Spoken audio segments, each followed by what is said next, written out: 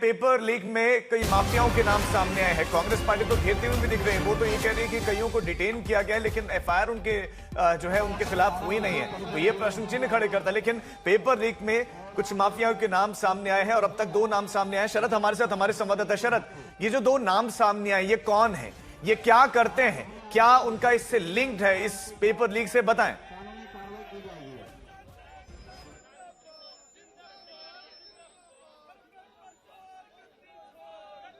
शरद, आपका माइक बंद है, एक बार से ऑन कर दें प्लीज। भाई आप लोगों से बार-बार रिक्वेस्ट की जा रही है, बैरिकेड से उतरना नहीं दे। पर कहां से आया है?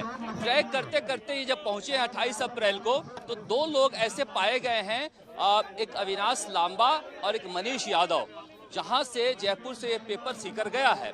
अब इन दोनों को एसओजी ने हिरासत में ले लिया है और इनसे पूछताछ जारी है। अब इन्होंने कोई जरूर रात को इनपुट दिया है जो एनटीए को दी गई है, जिसके बाद ये परीक्षा रद्द हुई है कि क्या ये जहां से पेपर बना है वहां से लेकर आए हैं या कहां से लेकर आए हैं। मगर ये सब प्लानिंग क्या थी? प्लानिंग जो इन्होंने बताई थी कि कुछ कोचिंग, अब कौन से कोचिंग वाले हैं, कुछ कोचिंग वालों को इनको देना था ताकि उनको जो अच्छे बच्चे हैं उन सारे अच्छे बच्चों को पढ़ा दिया जाए गेस्ट पेपर के नाम पर, और फिर वो बच्चे टॉप करें ताकि पूरे दुनिया में, पूरे देश में बताया जाए कि हम यहाँ का कोचिंग सबसे अच्छा है। तो यहाँ ये होना था। लेकिन इसी बीच क्या हो गया, कुछ बच्चों को लालच आ गया, क्योंकि कहीं से उन्होंने सुना था टीचर से कहते हुए कि यही गेस्ट पेपर है, ये पढ़ लो, इस बार आ जाएगा। अब इन्होंने आगे 30,000 रुपए में बेच दिया। जिस 30,000 में बेचा, उसने केरल में एमबीबीएस कर रहे एक छात्र को सीकर से भेज दिया कि भाई 30,000 में हमने पेपर खरीदा है, जब तुम्हारे पापा का पीजी चलता है सीकर में, आप लड़कियों से पूछ लो, 5-5 हजार रुपया में हम उनको दे देंगे, वही आएगा। उस लड़के ने, केरल वाले ने अपने पिताजी को भेजा कि पापा यही सवाल आने वाले हैं कल की परीक्षा में, आप हॉस्टल की लड़कियों को दे दीजिए। उसी हॉस्टल में एक निजी कोचिंग संचालक, गुरु कृपा नाम है, उसके टीचर भी रहते थे। उसने रात को 11 बजे देखा नहीं पीजी हॉस्टल संचालक ने। सुबह वो दिया उसको, परीक्षा खत्म हुई तो वो जो टीचर आए, कहा कि भाई साहब आपने जो सवाल दिए तो सारे आए हुए हैं। फिर ये सारे लेकर पहुंचते हैं सीकर के उद्योग नगर थाने। सीकर के उद्योग नगर थाने में जैसे ही जाते हैं, एसओजी कहता है क्यों अफवाह उड़ाने आए हो, भागो यहाँ से। उसके बाद ये फिर घर जाते हैं।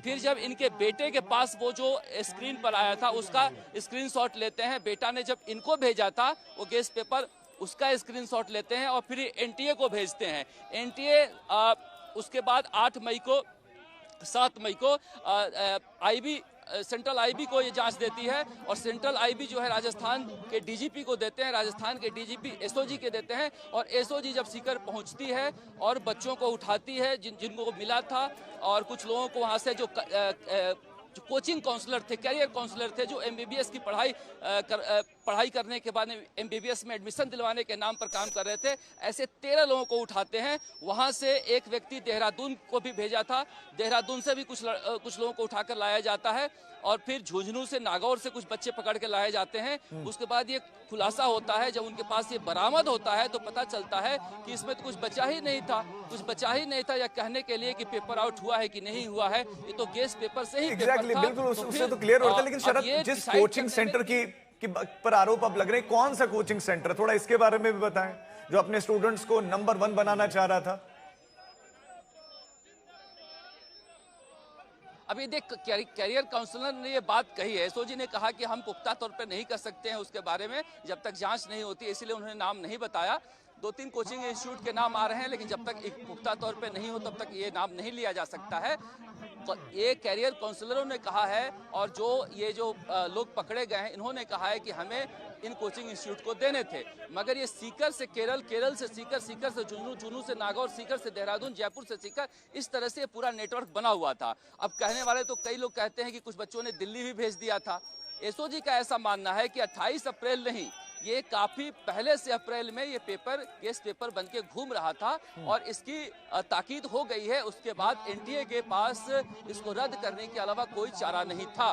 जो एनटीए के डीजी हैं अभिषेक सिंह, वो कोऑर्डिनेट कर रहे थे, एक्सपर्ट कमेटी इस पेपर को देख रही थी।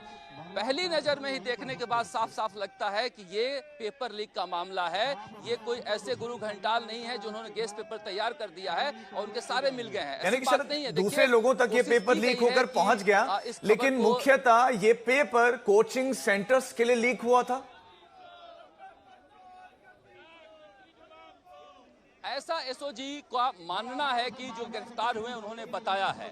अब वो उनकी बातों को भी तस्दीक नहीं इसलिए कर पाए हैं कि कल जब मैं एसओजी ऑफिस में था तो इतने सारे लोग यहाँ कमरों में भर कर रखे हुए थे, उन बच्चों के माँ बाप घूम रहे थे कि आप या तो मुकदमा दर्ज कर लो या हमारे बच्चे को जाने दो। 3-4 दिन तो हिरासत में रख नहीं सकते, मुकदमा दर्ज करने की इजाजत इन्हें मिल नहीं रही थी, इसलिए ये काफी उहापोह में स्थिति चल रही थी कि क्या बताएं क्या छुपाएं। इसलिए एसओजी ने अभी तक पुख्ता तौर पर उन कोचिंग संस्थानों के नाम नहीं बताए हैं, मगर कहा जा रहा है कि अब ये जांच चूंकि सीबीआई को जा रही है और जब एक बार इसकी बात की तस्दीक हो जाएगी कि कोचिंग ही इसके पीछे थे, तभी उन नामों का ऐलान होगा। शरद, एक और बात बताएं, जो 12-13 लोग डिटेन किए गए हैं, अभी सचिन पायलट भी सवाल उठा रहे थे भाई उन पर एफआईआर क्यों नहीं हो रही, तो एफआईआर क्यों नहीं हो रही उन पर? ये स्टूडेंट्स हैं, अभ्यर्थी हैं, काउंसलर हैं, क्या है, क्या काम करते हैं या कोचिंग सेंटर्स के साथ जुड़े हुए हैं ये 13?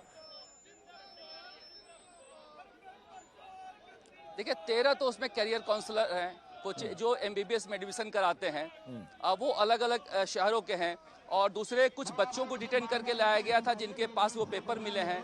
2-3 जो जयपुर की बता रहा हूं मैं आपको, मनीष यादव और अविनाश लांबा, ऐसे लोगों को लाया गया है जिनके पास आखिरी तक ये पेपर पहुंचा है। तो ऐसे कुल लोग यहाँ पर रखे हुए हैं